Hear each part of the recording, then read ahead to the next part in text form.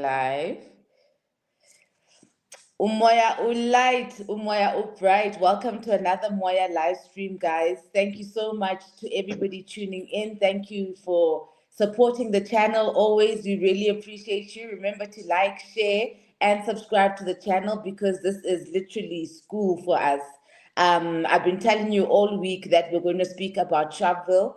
Guti, we don't get enough information and enough education. You know that they've been trying to erase the story of Sharpeville by calling it Human Rights Day, but it's important for our youth to know that blood was spilled for us, guys. We have to know that tomorrow is not a day of partying and drinking alcohol.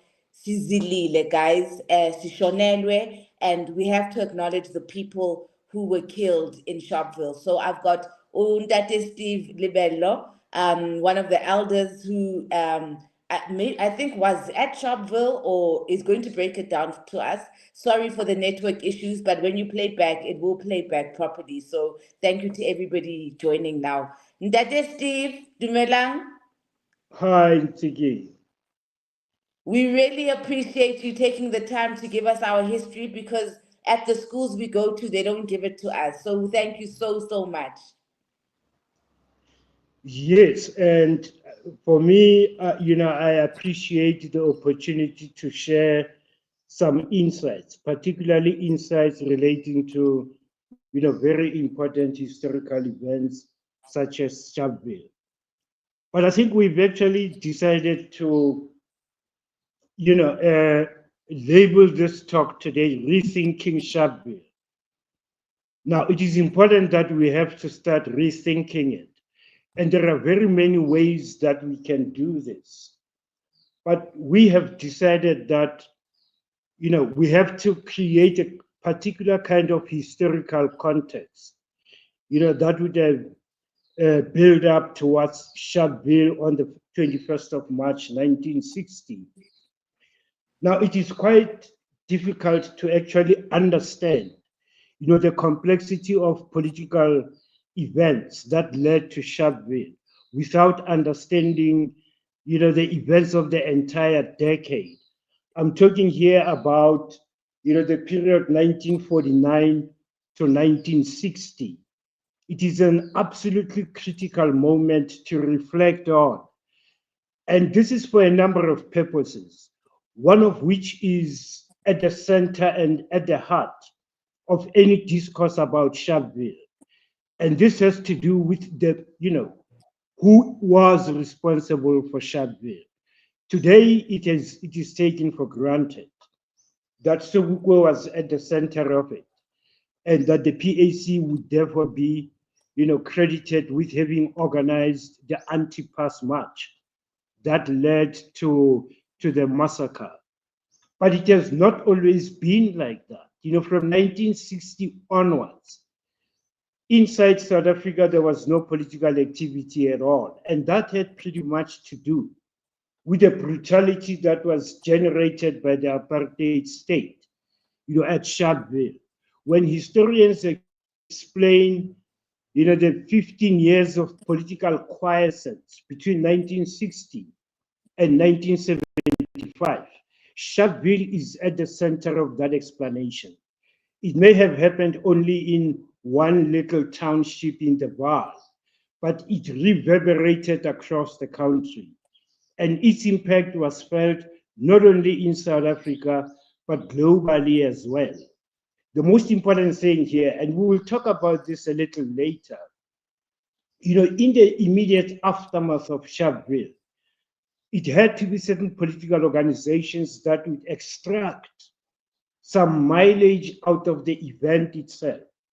And if the event was organized by the PAC, one would have expected that the PAC should have, like I said, extracted a great deal of mileage, political mileage, if you like, and diplomatic mileage, if you think about, these organizations reconstituting themselves in exile, in the UK, in Europe, in the US, across the African continent.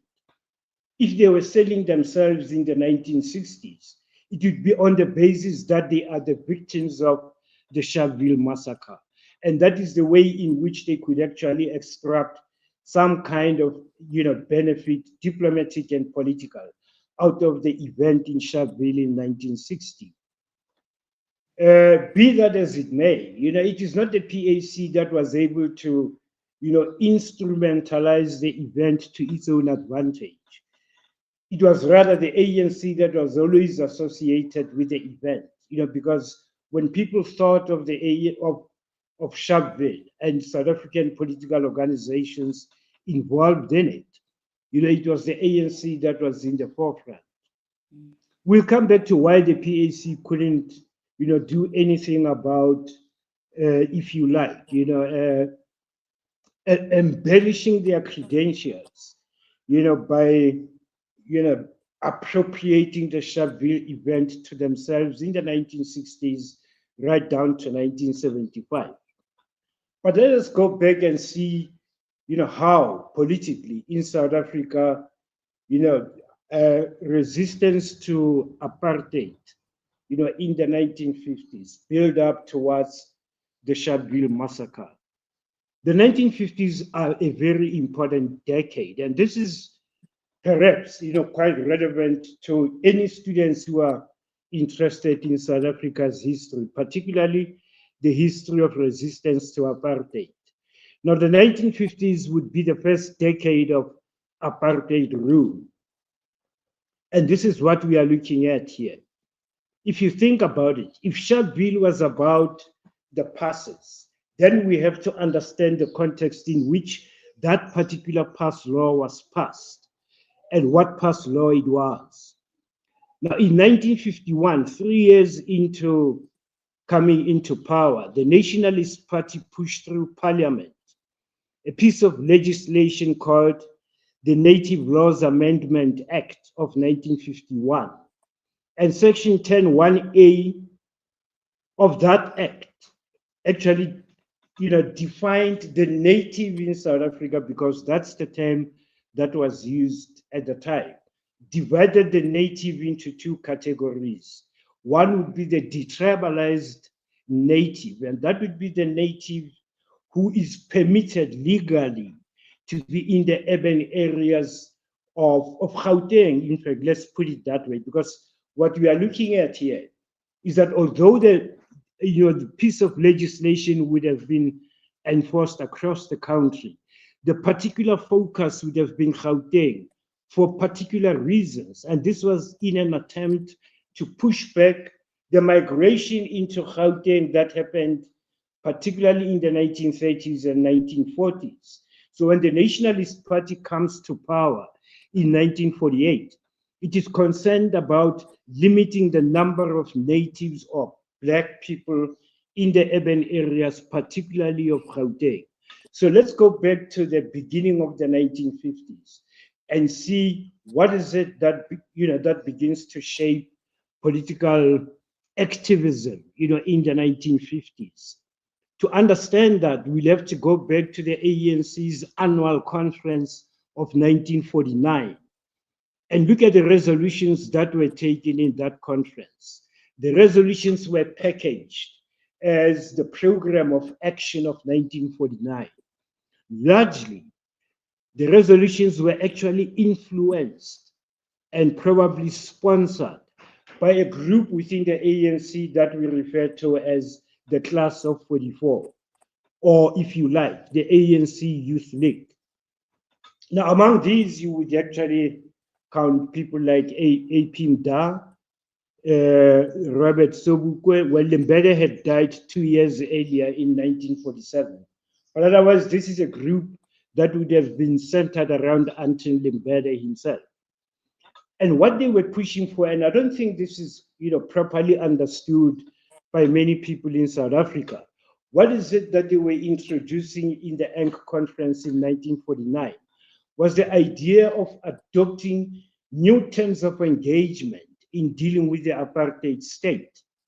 And part of what they were envisaging was that while they would be engaging in protest marches, they would create a situation where this would lead to some kind of insurrection. And naturally, there would be violence, between either the protesters and the police. And in some situations, the violence would actually, suck into it, white civilians as well. Now, for us to understand all of these developments, we'll probably have to take one campaign at a time, from 1950 up to the Sharpeville Massacre in 1960. And I hope we will have the time to look at each one of them. But I'm not going to go into them in detail. I'll just explain a few things that are important about the 1950s campaigns. The reason why this has to be done is that, since 1983, 84, you have had quite a number of historians coming out of the woodwork and looking at the 1950s as a kind of signal period to understand resistance to apartheid. And part of what they were doing here was to collapse a number of themes. And the two themes that they would have collapsed is that resistance to apartheid was then shifted away from negotiations and deputations and probably activities of what we refer to as the middle class. But in the context of the time, we prefer to use the term amanzimtiti, which means, the class of Africans who wanted to take flight from the native sphere. And I'll explain all these concepts, because I really have to unpack them for people to appreciate. We are talking about the first half of perhaps, the first half up to 1950 of the 20th century. And some of the sensibilities that certain, classes of people would have had can be summed up as an attempt to get away from the native sphere. So the native sphere was there as the domain of the black masses, if you like. And, there was that kind of generally accepted, kind of behavior that you really want to move away from that native sphere. But let's come back to the issue here. The issue here was that by 1949, the ANC is organizationally, restructured in such a way that it can respond to the masses, that it can begin to mobilize the masses. And this is thanks to the formation of the ANC Youth League in 1944 and the ANC Women's League in 1943. And some historians actually put it at 1942. Be that as it may, this created an organizational possibility, for the ANC for the first time to get engaged in mass movement. And therefore, the mass movement of the 1950s by historians who are, indebted to the ANC, I'll use the term, is actually would be associated with the ANC, beginning with the protest march that was organized for the May Day protest of the 1st of May, 1950. Now, let's break down that quickly because it is important. It is going to influence, the future of the ANC in that decade, from 1950 to 1960. Now, what happens with May Day here is that it is introduced as an item on the agenda by members of the SACP, particularly by one Yusuf Dadoo, who is at the same time a president of the Transvaal Indian Congress, but is a member of the SACP as well. And it is he who is suggesting that recognizing and celebrating May Day, is one kind of event that has to be done, so as to sensitize and conscientize the black masses about the workers' struggles. Now, all of these debates are happening inside the ANC.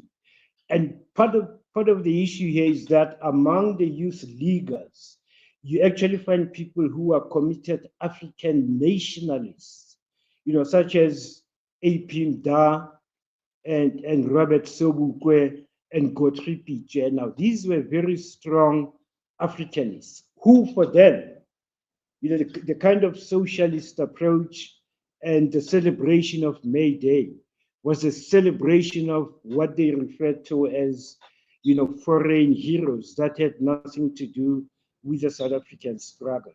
But the other issue that concerned them the most was that this idea of framing the South African struggle as a worker struggle in itself obfuscated the real issues. And the real issue here would have been, engaging in a nationalist struggle. So going into the event itself on the 1st of May, you had people, being organized. And the surprising thing about it is that in the 1949 conference, it is the ANC Youth League, the Africanists, who pushed for the election of J.S. Moroka as president of the ANC, in the hope that they would be able to use him to push their agenda. But in 1950, Dadu was able to persuade J.S. Moroka to, acknowledge the ANC's participation in the May Day protests. And this is one historical fact that has either been overlooked or most people do not take it quite seriously. Now, what happened on May Day in 1950, is remembered by few. But if you think about it, in Johannesburg alone, and maybe we can give Johannesburg as an example, there were a number of rallies that were organized for that day. But the one significant rally was in the place called Nuclear in the western areas of Johannesburg. What is significant about Nuclear is that it had a number of very interesting, political, kind of properties that made up the 1950s very exciting. Many miners had homes in Nuclear. When they were not working at home, they would be in Nuclear. And these were mainly the Basotho, miners. Another, constituency would be Basotho women, who were beer brewers and supplying the western areas, into Sophiatown and Western Native Township. But the SACP had a very strong presence in Nuclear too. J.B. Marx, who happened to be a very prominent member of the SACP, actually came from Nuclear. Now, all of these actually combined to make a Nuclear rally a very exciting one. And the rally was addressed by one Kachalia, a member of the Transvaal Indian Congress. And there was quite a fair number of people who attended the rally. But guess what? The rally was actually disrupted by none other than the famous trio of Nelson Mandela, O.R. Tambo, and Walter Sisulu. Because at the time, they still subscribed to the nationalist idea. And they saw, the socialist kind of agenda as a kind of a foreign intrusion into black struggles. That is where they were in 1950. But by the time the ANC had its conference in the Transvaal ANC conference in January 1951, all three had actually seen the light. And, they had actually crossed the floor to become part of the ANC mainstream. So what you begin to have from 1951 is a clear distinction between the Africanist group within the ANC and the Africanists and nationalists and the mainstream group. And for the rest of the decade, there would be tensions and contestations between the two. And the very first contestation, comes up during 1952 Defiance Campaign. Ziggy, I don't know if you want to stop me now and, and maybe ask for some clarity, or should I just go on? You can go on. I just wish your video was on, but we are enjoying the lecture. Thank you so much. There's a lot of appreciation from the audience as well. So we are listening. So the video is not on. No, your camera's off for some reason, but at least the audio is there, so we don't mind. At least we can still hear you. Oh, okay. So should I continue? Yes. Yes, please, my elder. Okay, so 1952 is where we are. The Defiance Campaign is actually quite celebrated as one of the heroic moments, in the ANC's history. But again, here, we have to look at how it actually unfolded in different parts of the country. Because indeed, the Defiance Campaign did actually cut across South Africa. You had action in the town in Gauteng, basically, in Germiston, people from Katlehong, in Johannesburg, people from Orlando and other places, in Port Elizabeth, in East London, and to some extent in Cape Town and Durban. But let's deal with those quickly, where the Defiance Campaign was rather short-lived. In Johannesburg, it happened, and it was a kind of a disciplined volunteer action, where people defied apartheid laws, one of which would be to go into white, places that were set aside for white people only. For instance, march into Johannesburg station and actually walk across to the white section of the station and, demand to be served. That's how it was actually unfolding in Johannesburg, and with very little confrontation between the protesters, the police, and white civilians. In Durban, also, there was a great deal of restraint on the part of the protesters. There were some arrests that were made, but within a few hours of the day, those that were arrested were released, and they were happy to be going home. But the situation was different in the Eastern Cape. In Port Elizabeth, there was a march into the white section, and white civilians, felt, their sensibilities being ruffled a bit. And there was confrontation, which led to, a certain degree of violence. And reports suggest that there were casualties on both sides, on the side of black people as well as white, I think a white civilian too. And this was actually making the ANC a lot unsettled. But here is where the Defiance Campaign was particularly intense. It is in East London, in Duncan Village. Now, what happened in Duncan Village was that people marched into town, and they were met by a contingent of police. Then there was some kind of confrontation, but the protesters were forced back into the township. Now, on their way back to the township, they encountered a nun, an Irish nun who was working at a local hospital. But already some people had already been injured by the police, and there were reports that there were fatalities too. So there was anger in Village Township. Although the nun had been working in the township for a number of years and had actually made friends with people locally, the rage that people felt, at the police reaction overwhelmed them, and they descended on her. Her name was Aidan Killian, Aidan. The long and the short of it is that she was brutally murdered. And to make matters worse, her body was never found. And if you look it up today, the word cannibalized is actually used, suggesting that her body was actually cannibalized. Now, that was the Defiance Campaign in East London's Duncan Village. And it is on the basis of these actions that the ANC decided to suspend the Defiance Campaign. But going into 1953, we have to yet again focus on something extremely important here, because it involves Govan Mbeki. Now, in the Transkei, there was a body called the Transkeian Organized Bodies, which had members from different political organizations. Some of those represented were ANC people, some were SACP, others were non-European Unity Movement members. They made up what was called the Transkeian Organized Bodies. Now, they too were quite keen on seeing the Defiance Campaign being sustained for a little longer. And they were disappointed that the ANC actually decided to suspend it.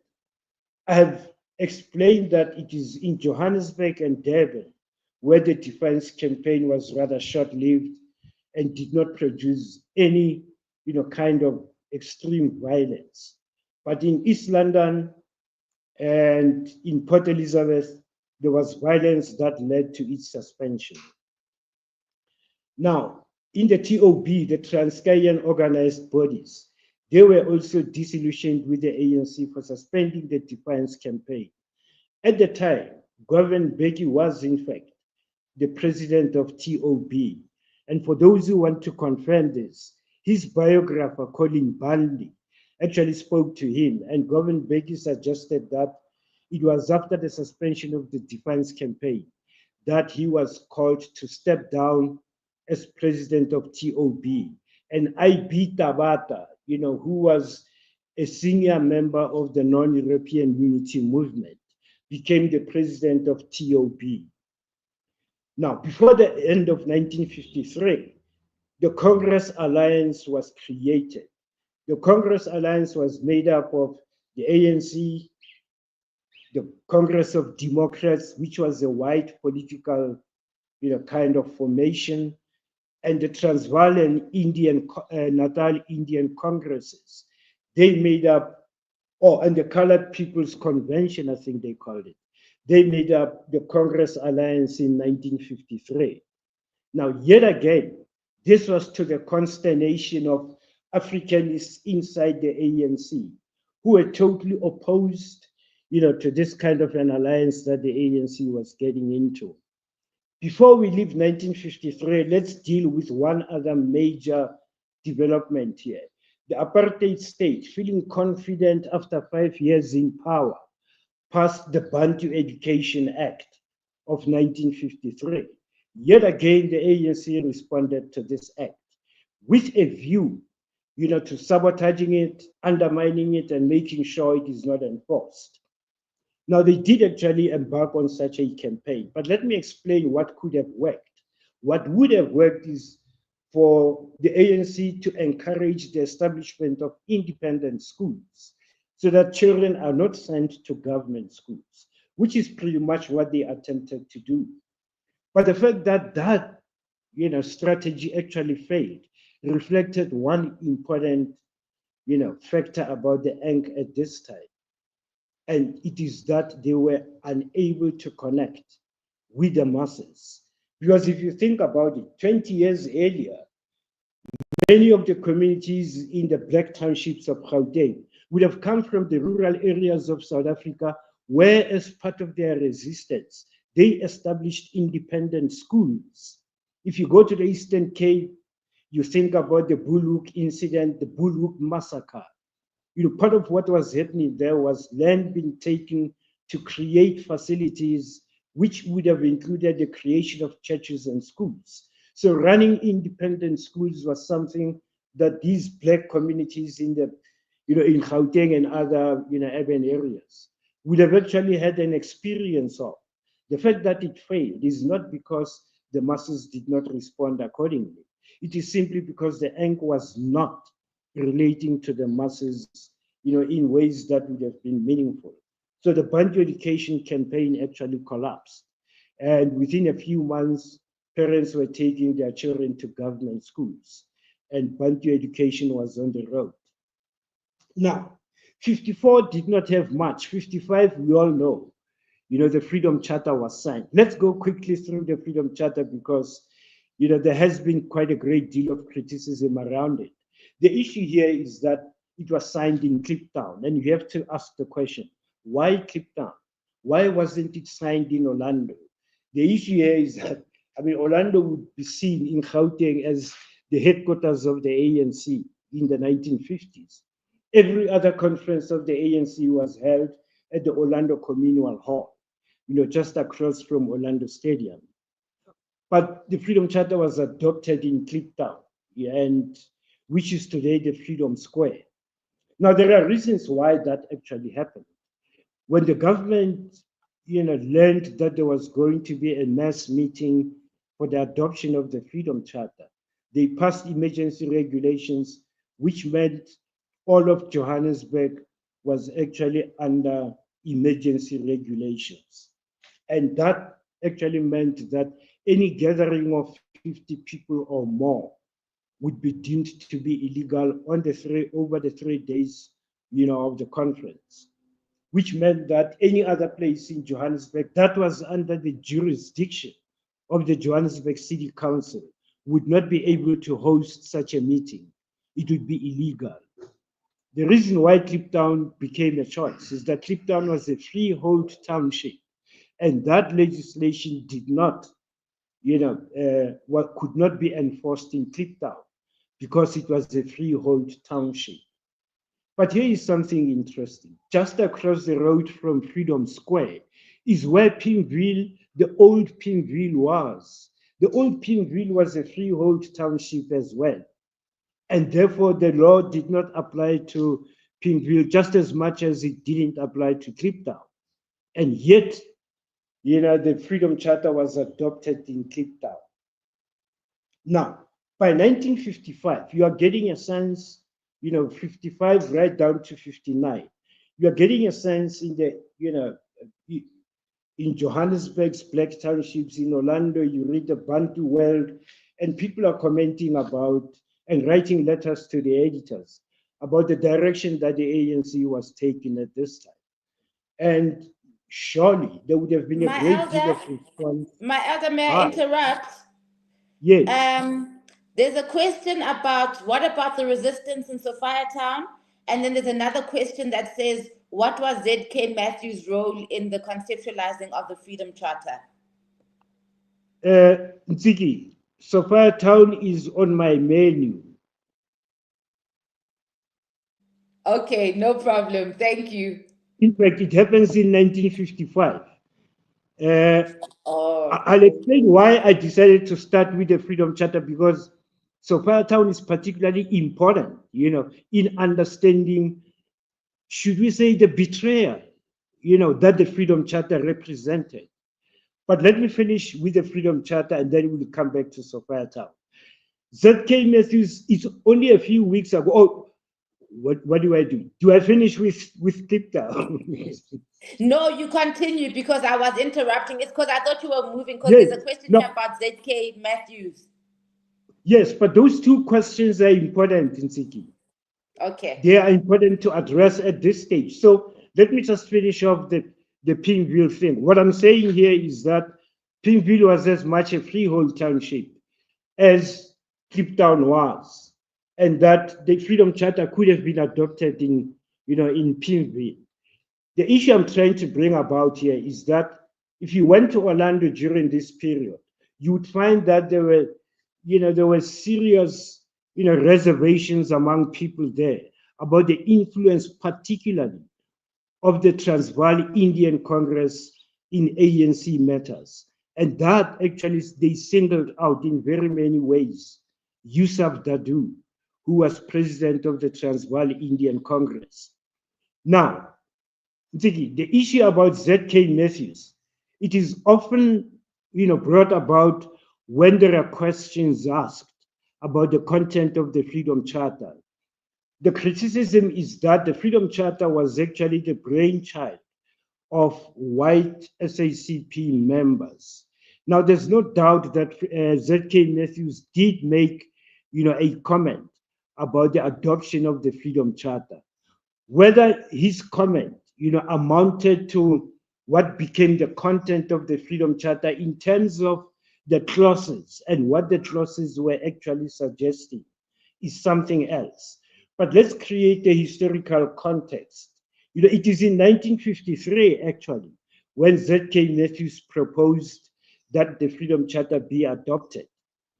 But if you think about it, any issues about land up until 1955, up until the adoption of the Freedom Charter, would have been more relevant to land in the rural areas than it would have been in the urban areas. I know that today when we talk about land, we seem to be placing emphasis on both. But remember, land ownership for Black people is only a matter that was legally, instituted after 1976, particularly in 1979 with a 99-year lease. But let's go back to, the 1950s. What Z.K. Matthews was looking at was the ways in which the surviving black sharecroppers, particularly black sharecroppers in areas that we refer to as white commercial agriculture, they were being consistently pushed off the land. And that was becoming a particular concern. And Z.K. Matthews may have had that in mind. But surely, the content of the Freedom Charter can never have been a reflection of what Z.K. Matthews was talking about.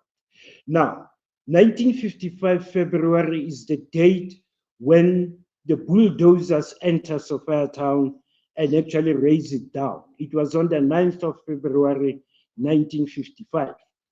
The significance of Sophiatown is that in the Transvaal as a whole, Sophiatown was the only place in the urban areas where, Sophiatown and actually Alex, were the only two places where Black people had, property ownership that was, fully recognized legally. And this was an attack on that. And, the ANC did actually make an attempt. Quite a number of meetings were held at the K House in central Johannesburg, in an attempt to mobilize the masses against the removals. Now, people waited, for some kind of action to be taken, led by the ANC. And among the people who were at the center of organizing, people for this was Robert Gesha. Robert Gesha was actually known to be, he was an ANC member, but also known to be connected in the underground world, the Americans, the gangster type people. And it was hoped that, those would also be mobilized to undermine, the forced removal of Sophiatown. But in the ultimate end, people started talking about a kind of an M plan or a master plan, which later translated into the Mandela plan. And people kept saying that Nelson Mandela said he's got an M plan that is going to be unfolded just before the destruction happened. Now, two things happened here. It seemed as if the community of Sophiatown expected the destruction of the township to happen on the 11th of February. But the bulldozers moved in 2 days earlier on the 9th. And, from the 9th to the 10th, the destruction of Sophiatown actually became purely routine. And, leading up to the 9th, the songs that were sung were Ons Khanida, Ons Pola Yiso, which was a kind of, resistance to it. But soon after the destruction, people were apparently singing happily and saying, Arieng, Arieng Komilo Lens. And people were quite happy about that, seemingly. But that may have been the version of Afrikaner nationalist historians. The issue is that, all of this happens by February.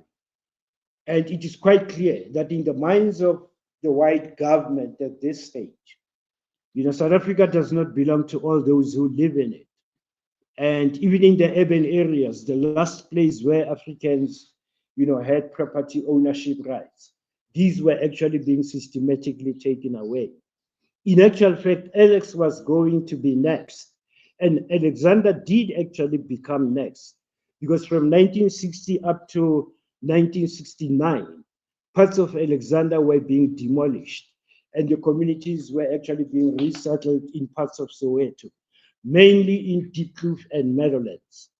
Be that as it may, that's the connection. Yes, the Z.K. Matthews question was important, but Z.K. Matthews and everybody else would have been concerned about the systematic assault on Black independent sharecroppers more than they would have been concerned about ownership in urban areas. And Sophiatown has that significance, that it tested the ANC's connection to the masses once again.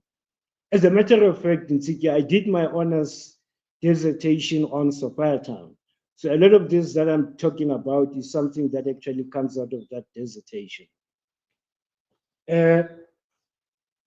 That is, 1955. Then 1956 is what South Africa celebrates just about every year on the 9th of August. And that is the Women's March. Yet again, this is yet another campaign that is used by historians to show that the ANC was actually becoming a mass movement. But let's be honest about it. There were quite a number of organizations that organized the Women's March. And one of these, almost at the forefront of it, was the South African Federation of Women. And no doubt, I mean, this was an organization, or the organizational aspects of it cut across racial lines. So, it is quite difficult to actually make out what the support, the size of the support would have been had this actually been a kind of a campaign undertaken solely by Black women. And it is interesting, we have been able to work out which demographics of Black women were represented among the 20,000 that marched to Pretoria on that day. And what we can say is that there is a demographic that is conspicuous by its very absence from the Women's March. And that is, I'm going to say this and it may sound a little disrespectful, but it is said, I'm taking poetic license here. The demographic that is conspicuous by its absence in this march was the bare-headed, bare-breasted, beer-brewing Basotho women. And there's a reason why they should have showed up if they really believed in this. From 1946, the African miners' strike of 1946, Basotho women played a critical role there, adding color to the protest. But more than anything else, they gave support to the men, who were involved in the strike and who could afford to engage in a strike that took that long and be able to sustain it. The role of the Basotho women in that particular respect could not be undermined. In 1949, there was a strike at a factory called Amato Textile in Benoni. And again, the Basotho women there were in evidence, and their action did actually provide, some kind of action. And one historian remembers the event, and he suggests that the strike was broken up when policemen charged with batons, and it was, batons on bare heads. So Basotho women were known for their bare heads, and it became their, kind of distinguishing feature. Now, the fact that we don't have any presence of them in the 1956 march does suggest that it wasn't as widespread as we would love it to be. Across the country in 1957, there were, bus boycotts in Alexander, in Everton, in Port Elizabeth, in East London. And in all of those, I have an article that is in the South African History Online. I actually wrote that article, and I'm demonstrating there that in the period 1948, when the National Party came to power, and 1960, when the Sharpeville Massacre happened, there were popular protests, happening in communities. But because the ANC was completely disconnected, to those communities, it couldn't have been a part of those. In Alex, the Alexander bus boycott was organized by one Tennyson Makiwan, who was a member of the ANC, by the way, but he was in the Africanist faction of the ANC and therefore not in the mainstream part of the ANC. In Everton, the Everton bus boycott was organized by David Sibeko. David Sibeko actually became a member of the PAC in 1948 when it was formed. And when they went into exile and Lebelo messed up the PAC, they called upon David Sibeko to try and reorganize the PAC. Unfortunately, factions within the PAC led to David Sibeko's assassination in 1979, I think. So all these popular protests if they had anything to do with the ANC, it would have been the Africanist factions inside the ANC that the masses, would have resonated with, rather than with the mainstream ANC. And by now, we are talking about a moment when the trio of Nelson Mandela, Walter Sisulu, and Oliver Tambo had actually become part of the mainstream end. And that is how 1957 ends. And in 1958, Tamika Plaki has an interesting take on this one. He sees 1957 towards the end as an attempt by the Africanists to seize power within the ANC and dislodge the mainstream ank. And they failed because of O.R. Tambo's intervention when he broke up a meeting at Orlando Communal Hall. And that would lead, to the walkout at the end of 1958 in the ANC conference of 1958, a walkout by the Africanists. And in 1959, in April, they set up the PAC. And the Sharpeville Massacre happens in 1950. What I'm trying to demonstrate to you is that, no doubt, the historians who are saying the ANC became a mass movement in the 1950s may to some extent be correct. But what they overlook is the fact that from the beginning of the decade in 1950, the ANC was breaking up into two groups.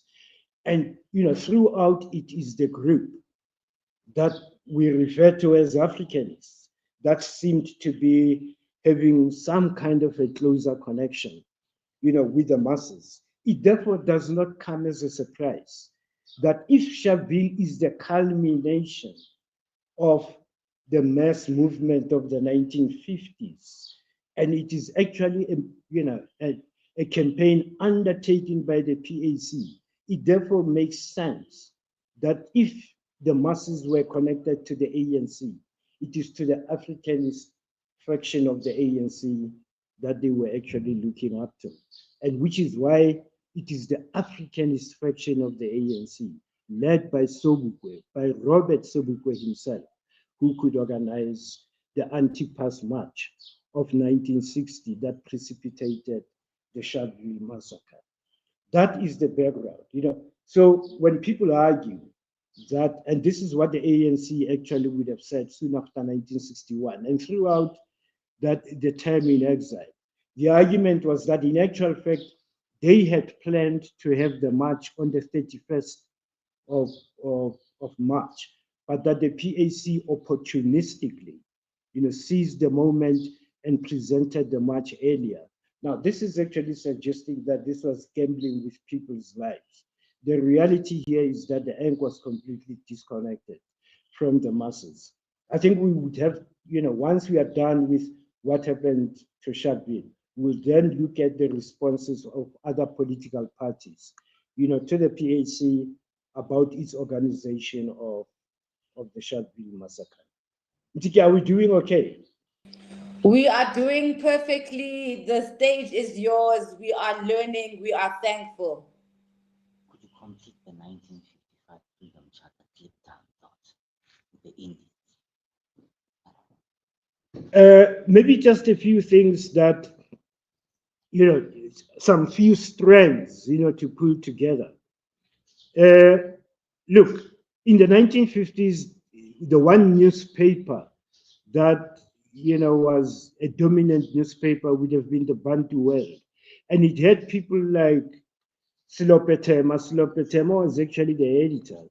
And among the columnists, they had someone that many people would be familiar with. And that was Professor Eskia Mphahlele. Now, Eskia Mphahlele was particularly critical, of the ANC's relationship. From 1947, he had been very critical of what we refer to as the Three Doctors Pact. And that was the pact between Dr. A.B. Kuma, who was president of the ANC, Dr. Monty Naika, president of the Natal Indian Congress, and Dr. Yusuf Dadoo of the Transvaal Indian Congress. And this is what Mphahlele had to say about Yusuf Dadoo, writing in one of his columns, that the good doctor, had a good heart. He had a Mohammed, a Mohammedan names, and a kind of a socialist brain, and that he was actually becoming quite an influence, on black politics. But that was actually reflecting the kinds of relationships that black people would have had, towards Indians at the time, or towards members of the Indian community.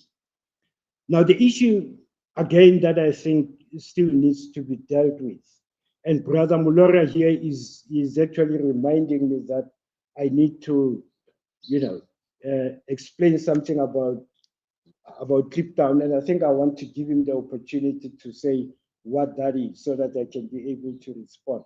The significance of why the Freedom Charter was held in Cape Town. You were leading up to it, and you were introducing the Indian factor and how that played into it, why it was held in Cape Town rather than in Pinville. That's what you were leading to. Please complete that thought. Okay, I think Brother Mulora here, and this is the discussions that we've had together, in different, kinds of forums. And this may actually become, sound a bit politically incorrect in the context of today, which is why, I'm trying to explain that what we are doing here is, unpacking the kinds of relationships that Africans and Indians would have had, in the 1950s. And what they were critical about was what was referred to as the Afro-Indian political cooperation. And at the head of this, kind of cooperation was Yusuf Dadoo. One of the things that actually happened, I've always been saying Orlando was, in fact, the headquarters of the ANC throughout this period. The one conference that happens in 1954 that really rubs the Africanists up the wrong way is one in which Yusuf Dadoo walked into the hall and pointed in the direction of Apin Dar and the Africanists. And he warned the delegates, ANC delegates in the hall, not to listen to what he referred to as those black fascists sitting there on that side of the hall. And that actually included Apin Dar as well. Now, fascists in the context of the 50s, is a kind of a term that is derogative. People remember Hitler at this stage, and you are immediately associated with Hitler. But this is what is interesting about South Africa today. There is a demographic of people in South Africa who will always attack the EFF as being fascist. And that is because the EFF has the same rhetoric.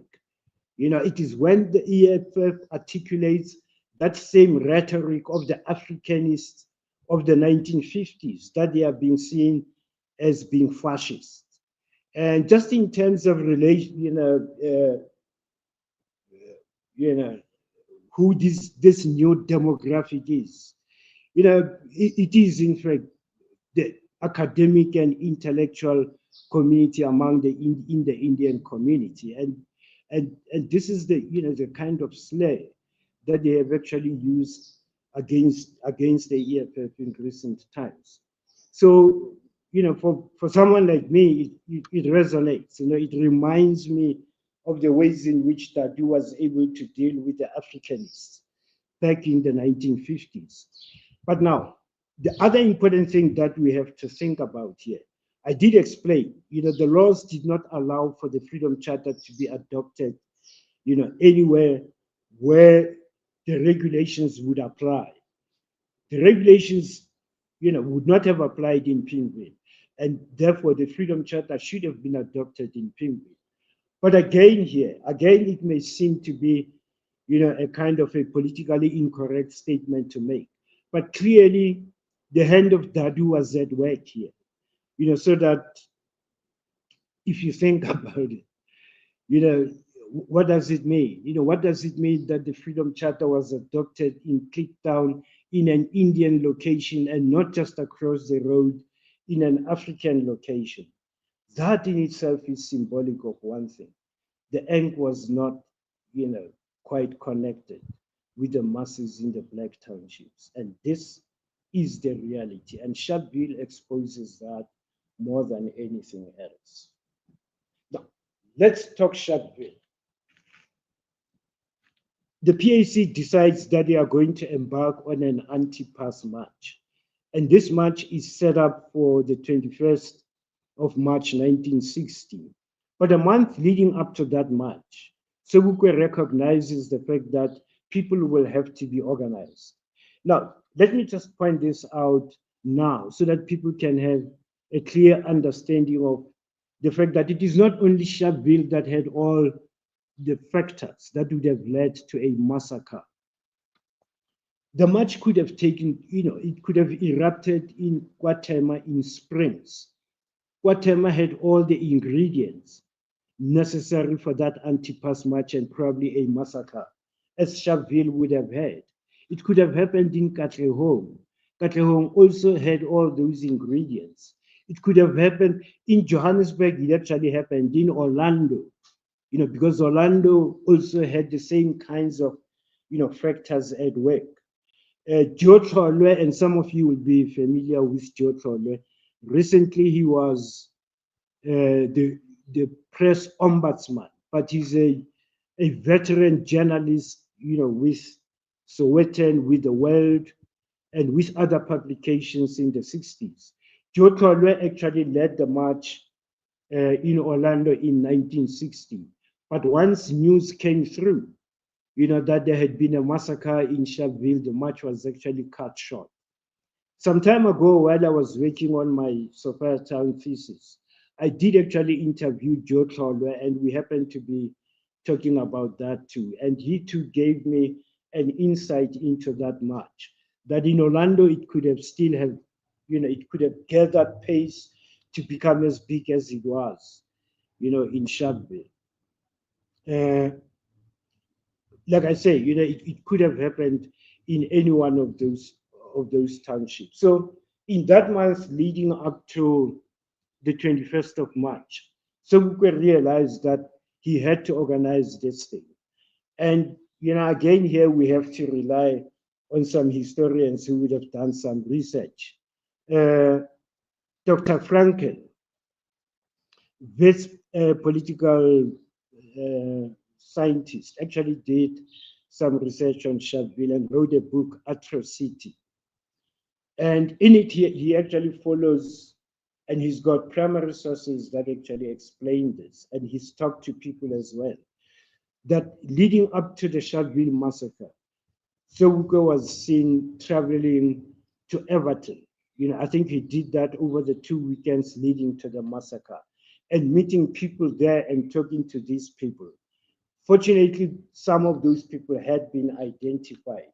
If you think about the situation in the Vaal, there are, a number of factories there employing hundreds and thousands of people. You have Sasol, you have ISCO, you have African Cables. And these are, workplaces where thousands of Black people were employed. Now, Everton also played an important role in this. Everton was a freehold township. So, in a sense, if people fell foul of the past laws in Sharpeville, all they had to do was to cross into Everton, where all the regulations would not actually apply. So Sobukwe would travel to the Vaal, but he would then go into Everton, and people would come to a place where he would be able to hold meetings. Fortunately, one of the people that he visited quite regularly and who was organizing for him, the people who would participate in the march. In fact, there were two brothers, the Wesi brothers, who were helping him along. And by the 21st of March, word had gone round that there was going to be a march on that day. So, this claim by the ENC that they had actually planned the march for the 31st of March was in fact, an empty kind of claim, because Sobukwe did actually organize this, and he did actually meet with members of the community. Now, the issue here is, why would 69 people, risk their lives to be killed? Was it for the humiliation of carrying a passport? or was there something more to the passes? I often tell people that the celebration of any historical event, commemoration or celebration of any historical event, offers an opportunity to inscribe new messages on dead bodies. We do this with the 16th of June commemoration. We inscribe new, contending, sometimes contradictory messages on dead bodies. We've been doing that with the dead bodies of the 69 uh, people of Sharpeville. We've been, for the past 65 years, we've been inscribing, contending, contradictory messages, on their dead bodies. And one of these is that, these are people who just decided to leave their passes at home, and it was all for the humiliation of being stopped by a policeman and be, asked or ordered, to produce a passbook. Let us place the passbook in its proper context. The law is passed in 1951. 9 years later, the Sharpeville Massacre happens. It happens precisely because of the law passed in 1951. And what does this law actually mean? It means you can be in Vereniging van der Bay Park and Sharpeville if you are working at African Cables or ISCO for as long as you are employed there. But once you cease to work there, you have to go back to a Bantu star. Now, that's where the problem is. And people may wonder and say, but even if that's the case, the victims would be individuals. It would be a policeman approaching you as an individual, and you would have to respond as an individual. How was this coordinated into a collective effort? This is because it was a serious problem. Although it is individuals who were being attacked, people could talk of cases that they knew, of people being simply because they were unemployed, they were being forced to go back home.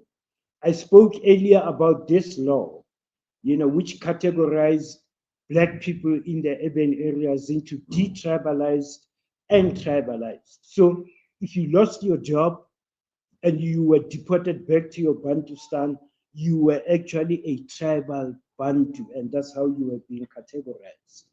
Now, these are the kinds of concerns that people would have had. But the second thing here is that someone might say, but well, if you are being taken back to the Transkei, at least there is somewhere you are being taken back to. And here is the issue.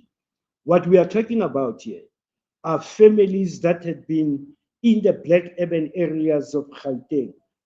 And in 1960, they had been there for the previous 30 years, since the 1930s, as families. What that actually meant is that when they left the Transkei, or when they left Zululand, they were living as families, not as single migrants. And that is precisely because of the material conditions in the rural areas where they left. The material conditions were such that they would not return. And this is why they would rather put up a fight in the urban areas, because it is the only place that they can fight for. So it is not the humiliation of carrying the pass. It is in fact a matter of life and death that these people were going to march. Now, this is a message that had never been inscribed on the 69 bodies, of the people who died in Sharpeville. It has always, been assumed, that it was the humiliation of carrying a pass. But the other thing that has not been understood is that the act in itself was putting into focus the moral and the ethical bankruptcy of the apartheid state. The violence that was unleashed, can actually be summed up, as a kind of an overkill. It didn't have to be, to be that intense. But it happened, and 69 people died. And what I've just said is that we can talk about the aftermath in South Africa, and we can talk about the aftermath, particularly in relation to the ANC and the PAC in exile, and how they were able to leverage the Sharpeville massacre to be able to embellish their own credentials, in exile. Should we go into that, or should we take a little? I saw that some of your comrades joined. I don't know if they want to contribute and ask something. I saw that they came onto the studio. So, Kibona Papule, Lebelo, and Comrade Malora is also on here. I don't know if they want to unmute their mics and ask a question or contribute anything.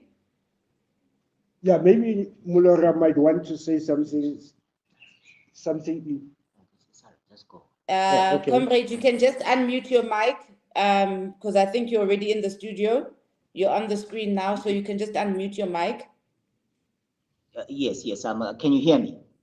Oh, yes, we can hear you. Thank you. Yes. So when I'm ready, I certainly will intervene. Thank you. Can she see you? Okay, no problem. It doesn't need to see. Hi, I'm also good. I'm just taking in the information, valuable information. Oh, okay. So it's not a guest. Okay. I don't know how you got this link, but okay. I'll just remove you from the thing. A reminder that people can watch on YouTube on the Moya podcast. It's also streaming on Facebook on my page and also on Twitter. So so that we don't abuse this. Let me remove from the studio because I wasn't quite sure who the guests were. But Ntate Madisela, you can continue. We are listening. Oh yes. I think we've covered, the historical context, leading up to Sharpeville.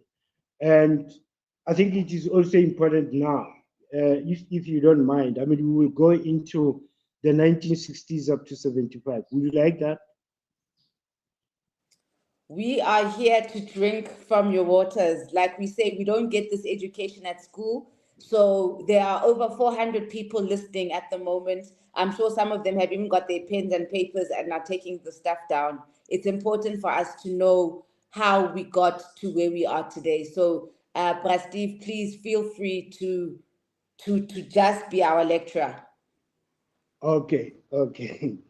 Yes. By 1960, soon after the massacre, as I pointed out, the ANC would have come up with a condemnation that they had planned this thing for the 31st of March.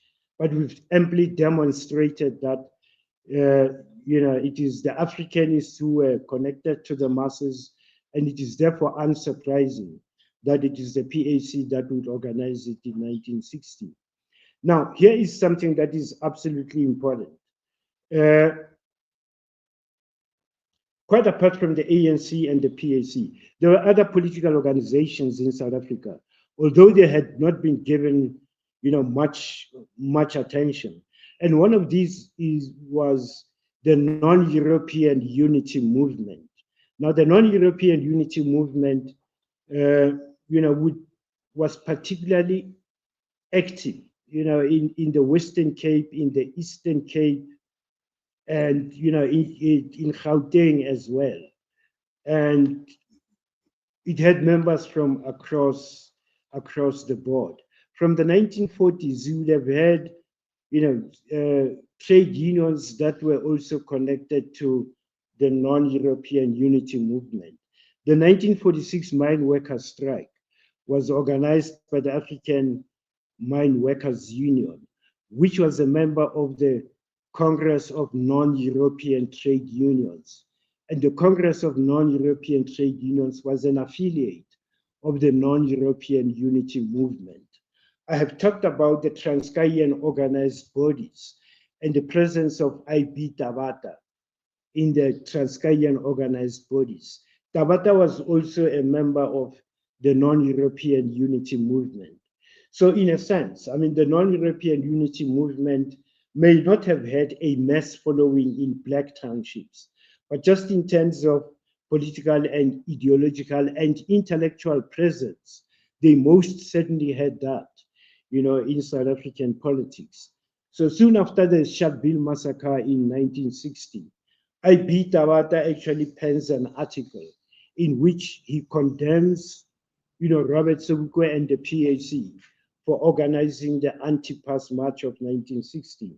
His understanding, is that the bigger picture here was that the PAC was involved in what could be described as a kind of a racial kind of confrontation, stroke conflict, stroke antagonism. But I think antagonism describes it. So that, what was consuming the PAC was this preoccupation with racial antagonism without understanding the complexities of South Africa's political economy. And, his argument was that this is a kind of middle class Afrikaner, kind of regime, that is in no way, pushing the interests of the Afrikaner or white underclasses, and that the struggle has to be understood in those terms, and that what Sobukwe and the PAC were doing was obfuscating the matters. Now that would have been Tabata's criticism, of this. But now let's go into what happens in the immediate aftermath. The PAC is no doubt, seen as having organized the Sharpeville Massacre. But there is something else that the PAC carries as a kind of a stigma in South African politics. It is that the PAC is attached, or Poko is attached to the PAC.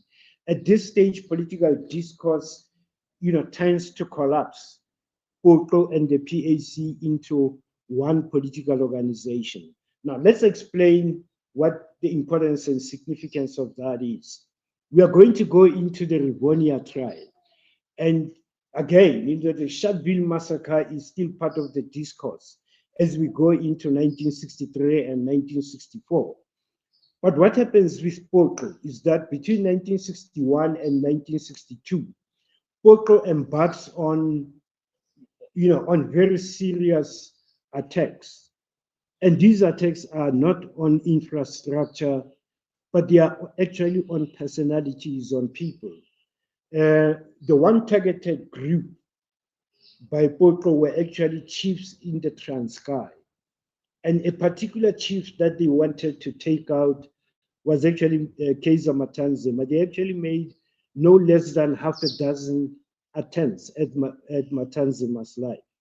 And, all of them actually failed. But in the process, people died. In one instance, a Xhosa chief died in defense of Matanzima being attacked by Poko people. Now, that actually happened in the Eastern Cape.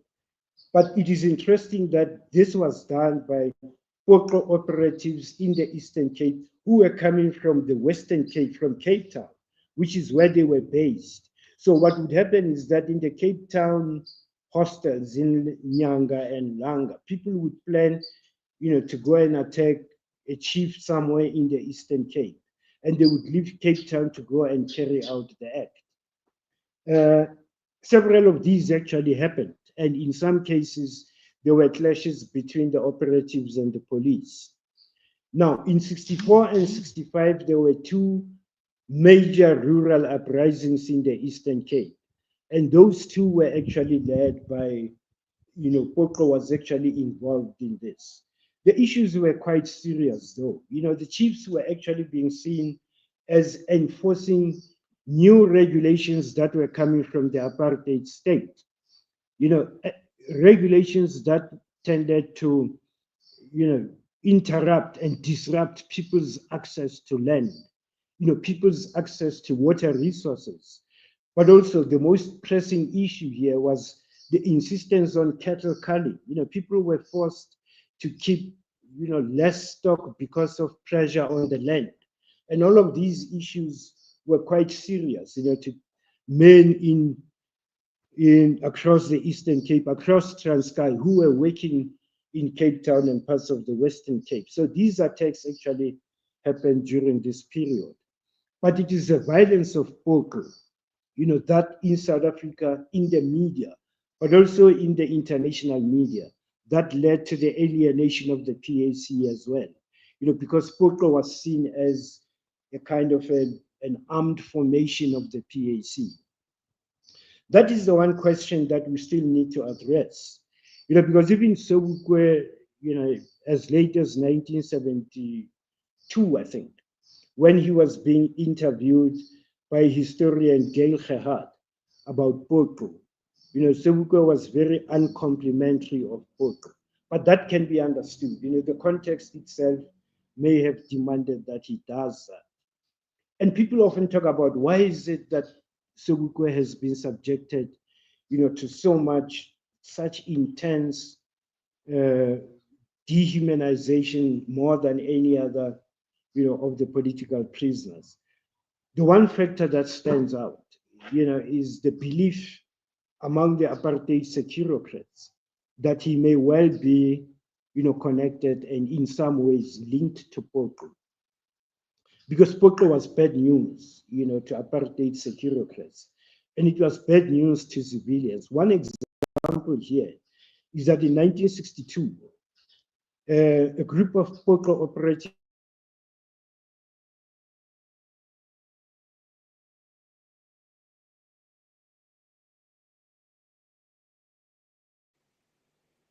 I think we have lost your audio, Daddy Steve. There's a network issue. I don't know if the audience can hear anything on your end. You can let me know. Or have you also lost audio?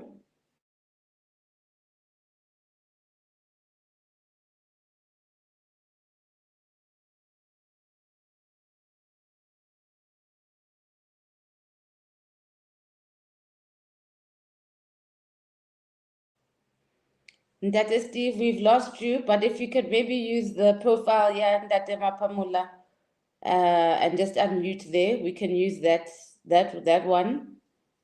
But we have lost your audio and you. I think this other Ndate Mulora, if you just unmute your mic, then we can still have access to you. But otherwise, I'll wait patiently for you to get into the back studio again. Guys, thank you so much for tuning in. Sorry about this disruption in connection. Many and sincere apologies. Also, please do check out the Sharpeville Massacre program we had last night on the Moya podcast with Goko Tsuana. It gives you a breakdown of what happened that day. It's more graphic. As you can see today, we're going around the issues, the history, how it led up to it. But that program really goes into it. We're just waiting for the elder to come back. I did see the question about Nyakana Tsolo, because we know that Sobukwe wasn't there that day. So somebody must have been leading the masses. So we're going to find out more. No worries. We are just waiting for the elder to come back. Greetings to the new members. Thank you so much for joining Sensiwe. We appreciate you helping us pay the bills. Obviously, White Capital is not going to be putting money into this kind of podcast. So we do rely on you guys to join as members and help us keep the lights on and pay the staff. So we are just waiting patiently, hoping that the elder will come back. You can go get some water, some coffee while we wait. 2 minutes, Nyana. I'm hoping we can get him back. Otherwise, please don't panic. We will continue this live stream again. I'll set up another time if we are struggling with the connection. I'll definitely set up another time, and for the people who have missed most of it, it is on the Moya Podcast live stream section. So if you go to Moya Podcast on YouTube and go to the lives, there's videos and there's lives and there's all sorts of things. But if you go to the live stream section, you'll find this live stream. There is also another Sharpeville episode in the video section with Dr. George Libusa. So we have history of Vereeniging. As you're hearing, that people had to have passes to work at the mines. So we hear the history of those mines, what's happening now with Sharpeville, how it hasn't been developed, and how actually a lot of people in that area have got lung illnesses. So basically, these foreign mining companies just come in there, and not only do they plunder the land, but they leave sickness behind, because obviously the fumes and stuff. So a lot of people in that area have got lung sickness. So, I mean, we've been traumatized as a people. And I always encourage for you guys to share this information with your white friends so that they can stop acting ignorant about the history of this country. And maybe they'll have a little bit more humility and understand why they are so lucky that they actually are still here after everything that their ancestors have done. So I do encourage for you guys to please share this content. I see the elder is taking a bit long. We'll give him a minute or two. And then otherwise, if we're not winning, then I'm definitely going to set up the live stream again, and I'll let you know which day or when he's available again. Maybe today, maybe I don't know when, so that we can continue this. We've had the build up of what happened historically that led up to the Sharpeville Massacre. Again, as I say, if you want the graphic details of what happened on that day, last night we had an episode on the video side. There we go. There's something happening in the, okay, they're saying that they're going, I'm getting a private message that they're trying to reconnect with the elder. So as I said, please just get some coffee, stretch your legs, breathe, because this is a lot of content. You know what was interesting for me is that he mentioned Dorke House being one of the centers where they would meet, and Dorke House is connected to the arts. And we always say that it wasn't politicians who freed this country, it was the artists. So it will be nice to know like the link between the arts and our political freedom. I mean, even now, as it is in contemporary, I'm an artist. First, I'm an artist before anything else. Before I'm the minister of trouble, I am an artist. And this is where it's happening. So we do have to explore how creatives and the artists are the ones who are being the brave ones, the ones who are confronting establishment, the ones who are exposing and mirroring what's happening in society. We're just waiting a few minutes so that the elder can come back. Thank you so much, guys. There's so many of you here. There's like 450 people watching at the moment. We really, really appreciate you.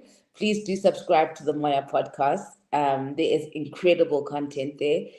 We've got, I'm sure, over 100 episodes. If you look at the Moya podcast and the Moya political series, we've got a lot on African spirituality, African history, African politics. And usually on Thursday evenings, we have Sahel Thursdays, where we're looking at the politics in West Africa, especially with War Captain Traore and Colonel Gauta, and I forgot the leader of Niger. Once again, damn, it's a long surname. But the three sons of the soil who are really leading in the revolution. If you look back again in the live stream session, we've got sessions with Dr. Kani, Litchfield Chabalala, and she unpacks the history for us and how it got to there, and the military coups, and it helps us understand and why the French are there. What is being mined there is uranium, and uranium is important in nuclear weapons. So that's why there is a lot of contention in there. But please go watch Sahel Thursday so that you can actually learn for yourselves. Thank you for all the comment sections. All right, this is a nice one. The exile years is interesting for me. Perhaps he can go into the ANC's mission in exile and the role of the SACP setting up of Mkhonto Wesizwe, the original. Because we have to say the original because...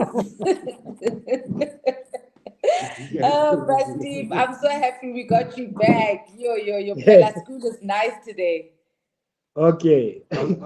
So, before you go, who do you know who they want? Because remember, Sobukwe wasn't in Sharpeville.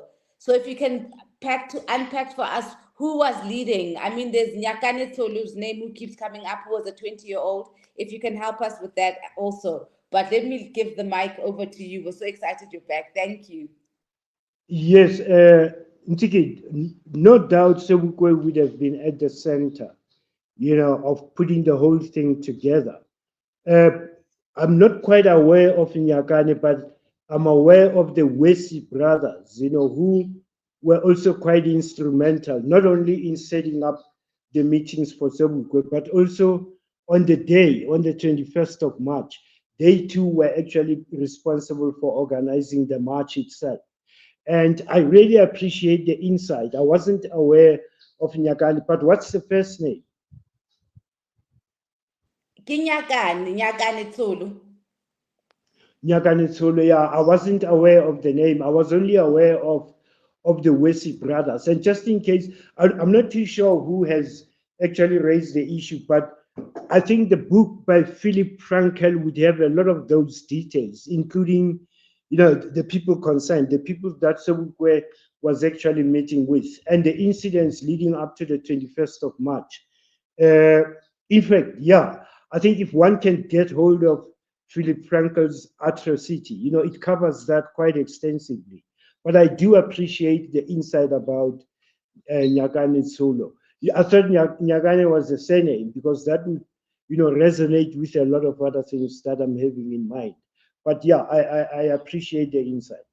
A little interjection. Could you also outline the contrast that marked the National Party's handling, the NP government's handling of the Rivonia trial as against the Boko operatives? How Yes, did that I was work? actually, Please yeah, Brother Mulora is saying, can we now, look at, in fact, I was actually doing that. I was actually saying, the Nationalist Party, or in fact, the apartheid securocrats, would have looked at the ANC and the PAC at this time. And look, I know this may sound like a kind of a conspiracy theory, but it appears here that a great deal of leeway, was given, to those accused of the MK command. Uh, Remember, the MK command were actually captured at Lily Sniff in Rivonia. Now, the interesting thing there, is that they were captured in a white suburb. And again, it simply underlines the point I've been making all morning.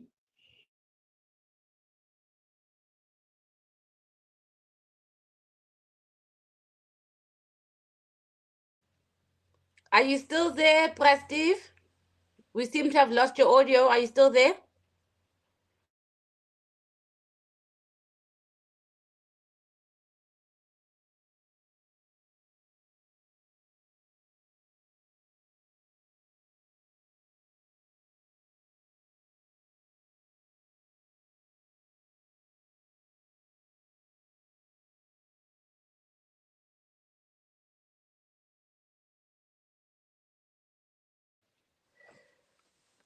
I don't know what's happening, guys. We seem to have lost the guest audio again. So we'll give it a few seconds. I hope my audio is also. Oh, okay. There. We seem to have lost the guest. And I am busy charging the phone. So that's why my video is off at the moment. I'm going to give it about 2 minutes to see if he can reconnect with us. Otherwise, I really don't mind that we set up a new live stream. We have been on for an hour and a half, so it's not like we have cheated school today. We have done our little bit.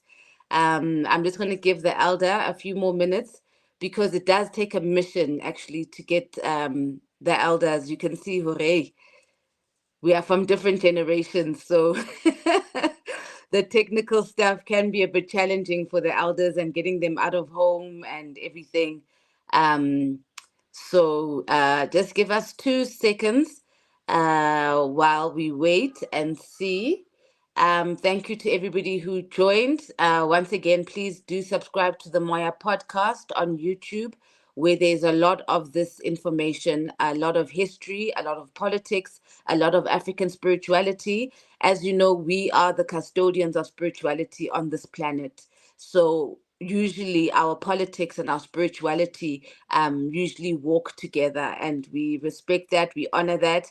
And spirituality is broad, obviously, and we are from different aspects of it, but we are unlearning some of the stuff that we've been learned, the stuff that keeps us oppressed. We're trying to create a new African who is not like us, because wow, wow, we're not in a good space.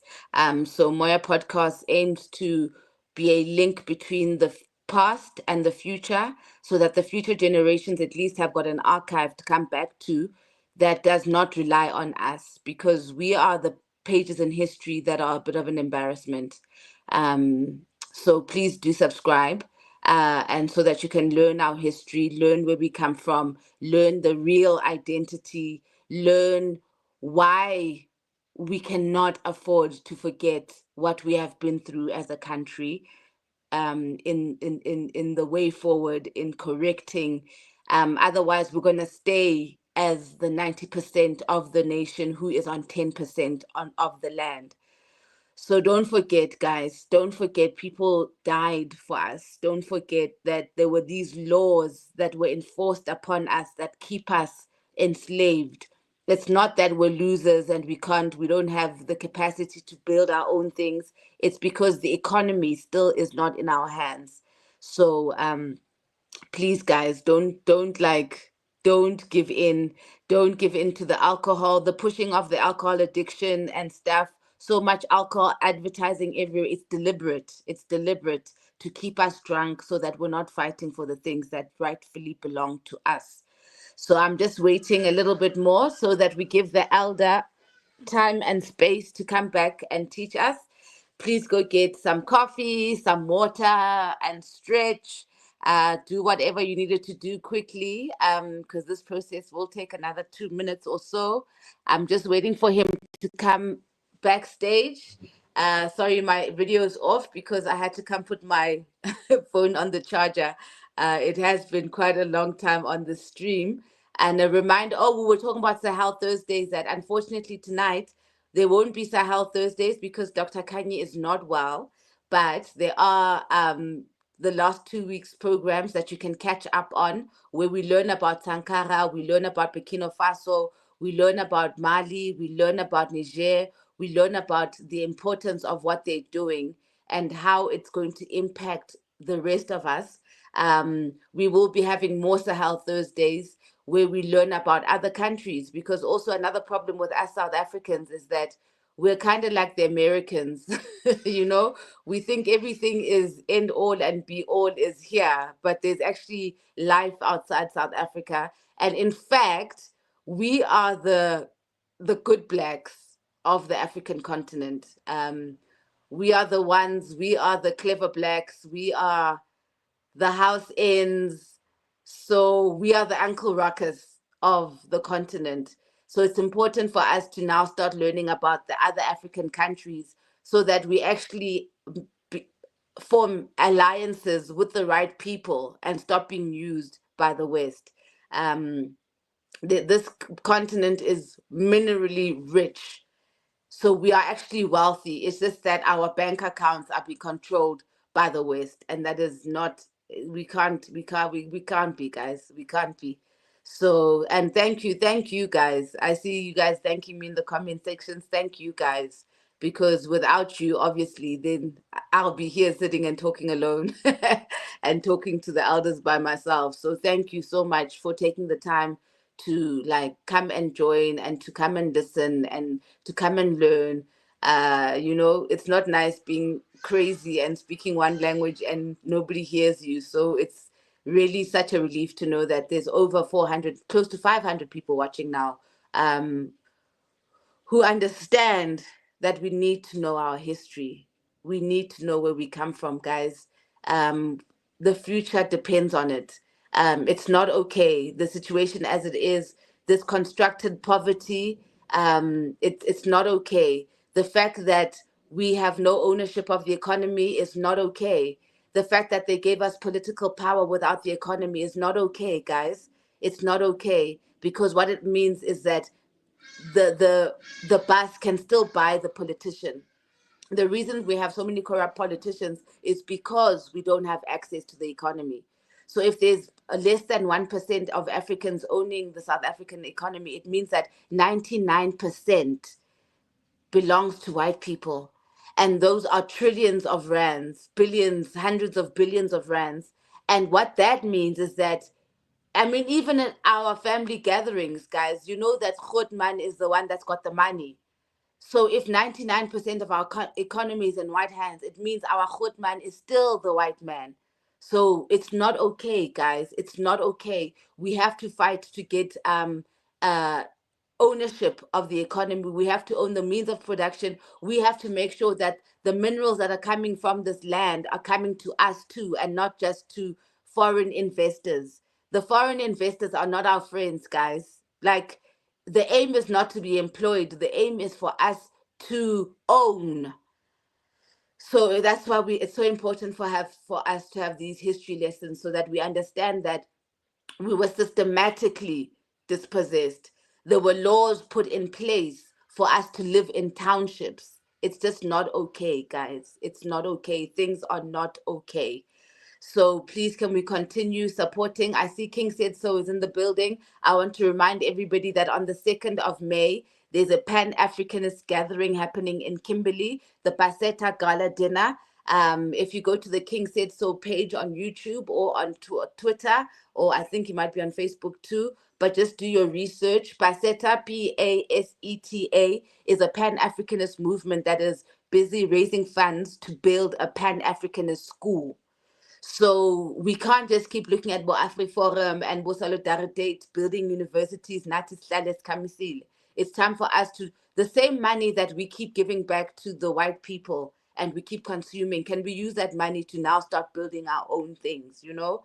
So please just look up Paseta. There's a gala dinner. Please buy your tickets. And if you can't go, please buy a ticket anyway and give it, donate it, so that we are putting our efforts into building schools. It's very disheartening to see the rich blacks who would rather live in estates and support white businesses when they know very well that the majority black community is suffering. And instead, they use their monies on labels, on expensive alcohol. Like, you guys are spending about 10,000, 20,000 on alcohol. Like, it's not okay, guys. We're not in a good space. It's just not okay. I'm hoping that the elder is going to come back soon. Otherwise, I'm going to give it about 2 more minutes. If he's not coming back, then we will reschedule this live stream. Once again, we did have an episode on Sharpeville last night. Please go to the Moya podcast and go and watch. It's uncomfortable, it's heavy content, but you need to be reminded, because we are drinking ourselves to oblivion. We are buying labels. We're just, yo, guys, our priorities are so misplaced at the moment. So please, please, please, please, like, love yourselves enough to respect yourselves. That's all Moya's asking for, is that you love yourselves enough to respect yourselves. We're talking about how black areas are always dirty and looking terrible. It's because we don't love ourselves. There's no one who loves themselves and wants to live in a space that's dirty and filthy and stuff. It means that there's a self-loathing going on. So can we just start working on ourselves? That's why we create this content on Moya, so that we can just start rebuilding and unlearning how the system has made us feel. And can we just put our energy in fighting back for the war is about the economy right now. The reason singadelelwa yi-DA nabo Helen Zilla is because they own the economy and bayazi, and they're arrogant about it. That's why badelela ne-ANC, because they know that ANC needs their money. So for as long as we haven't disrupted the economy, we are going to continue being the beggars in our own home, guys, with the rich cousins eating off our food, off our economy. So yeah. I don't know if I should give it a little bit longer, because I see all of you guys, we're all patiently waiting. We're all patiently waiting. The lecture was so fantastic. That was Ndate Steve Lebelo. It's actually Ndate Malisela, Steve Lebelo, teaching us a lot about the Freedom Charter as well, you know, like, yo, are you hearing what we're hearing, guys? Like, yo, hey, it's a lot. It's a lot. It's a lot. And it's interesting because Sharpeville Day was happened only 6 months after the formation of PAC, which is interesting when we link it to MK, because I get it, MK is also an offshoot of the ANC, and it means that there is an opportunity for some kind of disruptive action from us as Africans, because we seem to get complacent, we seem to get comfortable in our slave chains, and we ought not to be. We ought not to be getting comfortable. Guys, siyalamba. We can't be living hand to mouth. It's not normal. What's going on is not normal. Land is food, you know. And South Africa's got ample land, so we should not be hungry. We should be the wealthiest citizens in the world, actually. We should be having free medical aid, medical treatments. We should be having free schools because these people are eating from us. You know, if you learn about the illicit cash flows out of this country where people are not disclosing their income, these corporates are not disclosing, and they're running away and they're putting their money in offshore accounts. I don't know if it's true or not, but I've heard that Elon Musk hasn't been paying taxes for years, and he's not the only one. So it's time for us to fight back, guys. Our economy must be feeding us. It can't be feeding foreigners, Nabelung. It's not okay. We are not okay. Okay, I'm about to give up on this live stream because the elder is taking very, very long to come back, and I'm not getting any information in the back from the private chats of the stream. And usually they were telling me, or he's trying to reconnect, but I haven't gotten a message like that. So maybe we should leave it here, and then I will.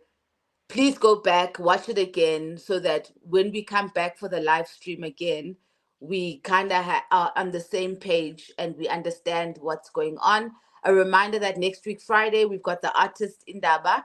That's when the artists congregate and get together to see how we can fix ourselves, and we can also have access to medical aids and retirement annuities, because also what's happening in the art industry is not okay. It's exactly a blueprint, a photocopy of what's happening with the economy with Black people in the country.